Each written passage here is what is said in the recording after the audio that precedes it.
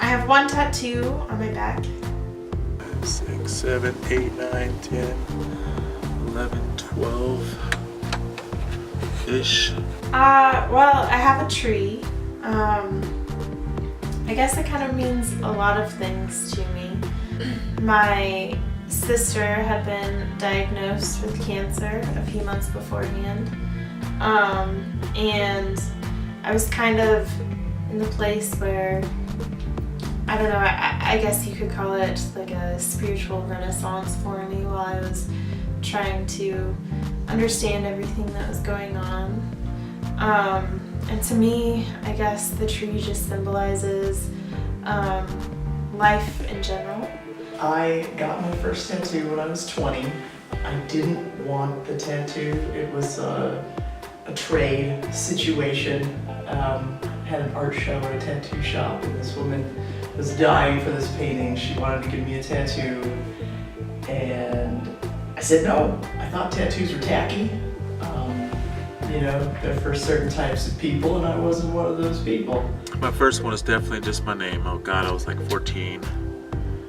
Had no clue what to get. It was kind of a self-identifying type deal. You know, it's Old English. It was like my little young thug days.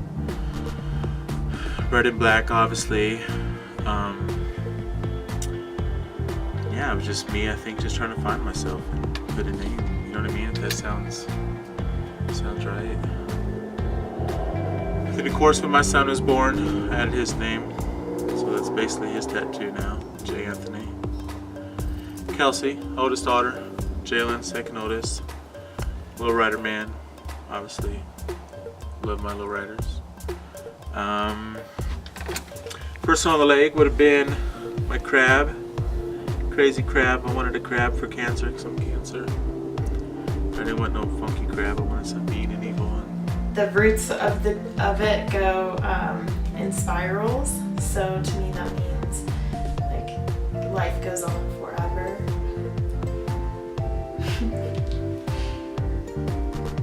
And somehow she convinced me to do drawing while she cleaned up the shop, and we went for it. It's a strange thing. It makes me laugh every day. Put it here. It's gigantic, and it has a huge mistake in it. About halfway through, we're going along. I'm thinking, wow, this doesn't hurt. What are people talking about? Thigh skin? Not so bad. She gets halfway through, and she goes, "Oh shit." Puts the machine down and looks at me like she's gonna cry. And I think, oh my God, what did you do? She wipes the ink away, we look, there's this big weird line down this goat's forehead, and it's I don't know, it got me to quit taking myself so seriously at 20. This was gonna be my movie theme leg, because I'm a movie buff. Obviously I love the Mars Attacks, and knowledge and power is one of my favorite statements. I just wanted to get tattooed, and it just all worked together. And it opens up with a lily on the top, and it's a violet. And so my whole tree, it doesn't have any sort of leaves or any sort of life in it other than the roots. And then it has the purple lily at the top, so that's kind of the emanating life around it. Actually, I got Luna in Chinese on the back of my neck was my second tattoo. Because I didn't want to piss the parents off and get it regularly. Because I was technically a Hall at that time. And my real dad's last name obviously is Luna. And I didn't want them to know I got Luna on me, so I got it in Chinese. I told him it was something else. I remember what I told him. And I've got my gang tattoos on the back. My young days. My neighborhood, basically, Southdale.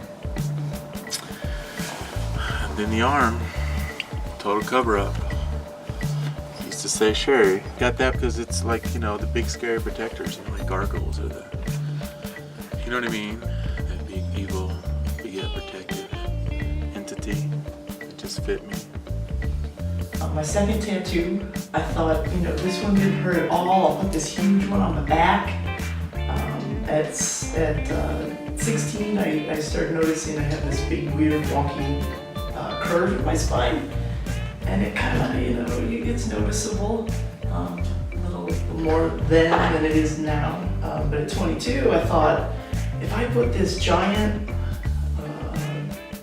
geometric sort of circle right over it, it'll suck your eye right in the middle and you won't see this asymmetrical mess I got going on my back. So we did that. It took 8.5 hours. You couldn't pay me $1 billion to do that again. It hurt like hell, but the effect worked. And now that I'm working on my back a little more, it's getting off center. Like, it's pretty strange. It's not in the middle anymore, but I don't think anybody will notice. For the past few years, my life has been a roller coaster. And I don't know if it'll continue being like that either. Having it done at the time, that means enough to me that in the future, even when I'm an old lady and, you know, my body might be sagging in some places and wrinkling, but that kind of makes it more cool. Like, yeah, this is what I did when I was 19, and it was important to me then, and I think it'll still be important to me when I'm 70, 80 years old as well. I feel so much better in a swimsuit. I don't feel like anybody could see this big weird hunch that I had going on anymore, and I feel normal. My children, Jay, obviously mean the most to me. Those will always mean something. Myself, though, just really never lets me forget where I came from and what I've been through, you know what I mean? So that one in the back arms I'll never cover up just because of that. Whereas it's something you're not proud of, but yeah, it's just that good reminder, you know? It's a little more organic. I took a picture of a stone rose window from a cathedral in Spain, and I drew over top of it to make it more plant-like. So some sides are a little bit bigger. It's sort of 8 pieces that come out, and it's not symmetrical. So putting it on it's an imperfect thing that's mimicking symmetry, and it's right there with me. You know, it was interesting because it being my first tattoo, it's really big. It takes up the majority of my back. So I think, you know, during that thought process, originally I wanted to have it on my arm, but I did have to consider whether or not other people would think about that as far as like job internships, if it's a visible tattoo. So I wanted it to be like really small right here on my arm, but that's not something that you can easily cover up, or at least in the warm seasons you can't always be wearing long sleeves. So having it on my back, it was able to cover it up as long as, you know, I'm wearing some sort of top that covers up my whole shoulders and everything. I guess it was just to hide the perfection, but after I did it, it was more of a celebration of the imperfection. I felt good about it. I think tattoos can heal. Memorials to covering up scars to just making us feel better about ourselves. Decoration. And once you get one, whether you wanted it, you love it, you hate it or not, you're probably gonna get more. So I continued on that journey. I'll probably get one a year. Just to mark my life. I feel like I earned it after a year. Some of them I've done myself. It's a tricky thing. It's a painful thing. You kind of feel like you've got a mental disorder sitting in a room hurting yourself, but you know, the outcome's great and I'd rather be on that end of the machine, so get what I want. At the time, my brother had just got out of jail too. And he was really pushing all the boys to get tattoos, and it was really, obviously it was a sign to the younger cats how serious he was about our neighborhood. And also just to create a good relationship with my brother, I think. It was one of the main reasons when I got it originally. It was just really try to show him some brotherly love. I can look back and even if my life isn't as crazy in the future, what I was going through the age of 18 up until I'm 22 right now, it's been pretty crazy. And so for me to have that right now, it's still important. It's very important to me.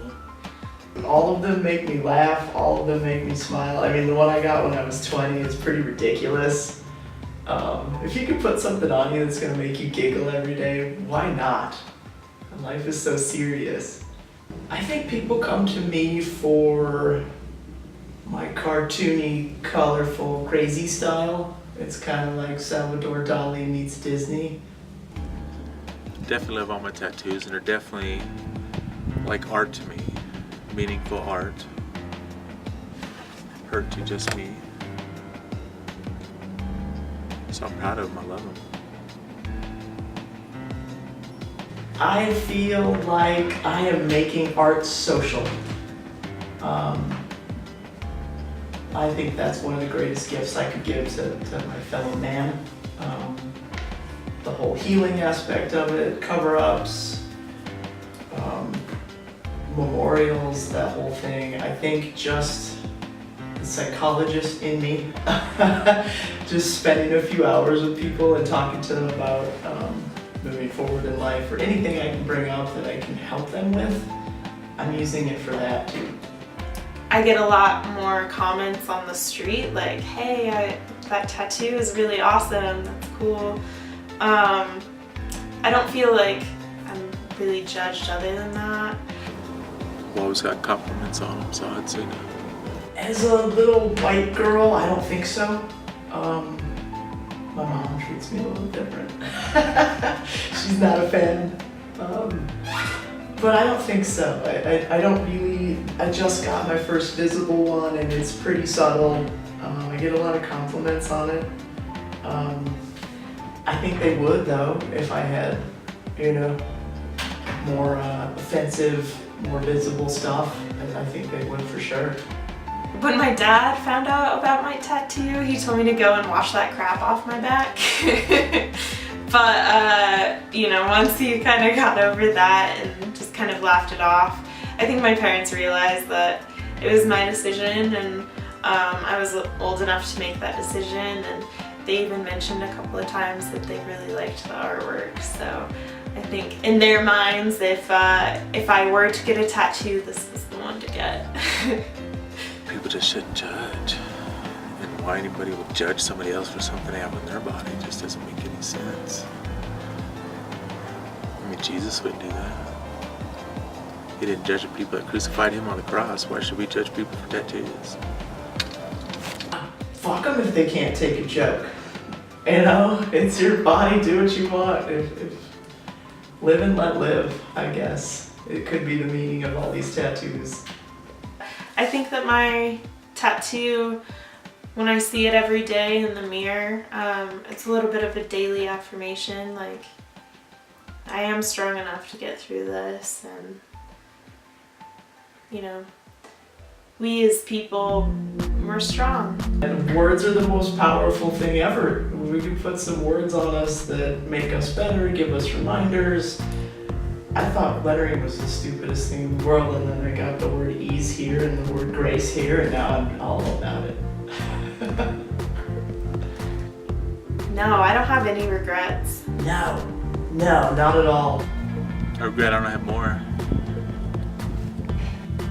So to those people who judge other people based off of the tattoos that they wear on their skin, I would say keep an open mind. I don't think that I'm a bad person, and I know many, many other people who have tattoos and they're not bad people. In fact, they're some of the most wonderful people I've ever met. So just keep an open mind, and you never know how people might surprise you.